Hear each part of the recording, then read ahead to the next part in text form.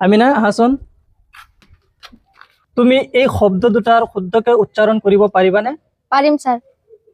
okay কৰাচোন এই শব্দটোৰ উচ্চাৰণ আৰু এইটো শব্দৰ উচ্চাৰণ স্মল আৰু মাৰ্ক ওকে এইটো তুমি স্মল পঢ়িলা আৰু এইটো তুমি মাৰ্ক পঢ়িলা ন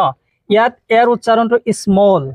অ হৈছে আৰু ইয়াত মাৰ্ক এৰ উচ্চাৰণটো আ হৈছে ইয়াত কি পাৰ্থক্য আছে কি নিয়মটো তুমি ক'ব পাৰিবানে পাৰিম স্যাৰ ওকে কোৱাচোন স্যাৰ যেতিয়া কোনো শব্দত এৰ পাছত ডাবল এল একেলগে আহে তেতিয়া এৰ উচ্চাৰণটো অ হয় যেনে স্মল ওকে গুড আৰু এইটো স্যাৰ যেতিয়া কোনো শব্দত এৰ পাছত আৰ আহে তেতিয়া এৰ উচ্চাৰণ আ হয় যেনে মাৰ্ক গুড মৰমৰ ছাত্ৰ ছাত্ৰী আৰু বন্ধু বান্ধৱীসকল মনত ৰাখিবা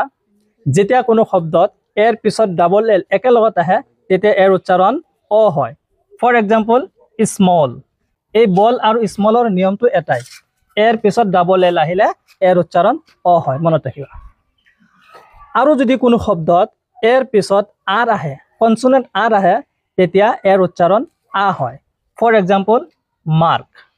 মৰমৰ ছাত্ৰ ছাত্ৰী বন্ধু বান্ধৱীসকল তোমালোকে এৰ পিছত আৰ থকা দুটা এক্সাম্পল কমেন্ট বক্সত লিখিবা thank you see you again in next video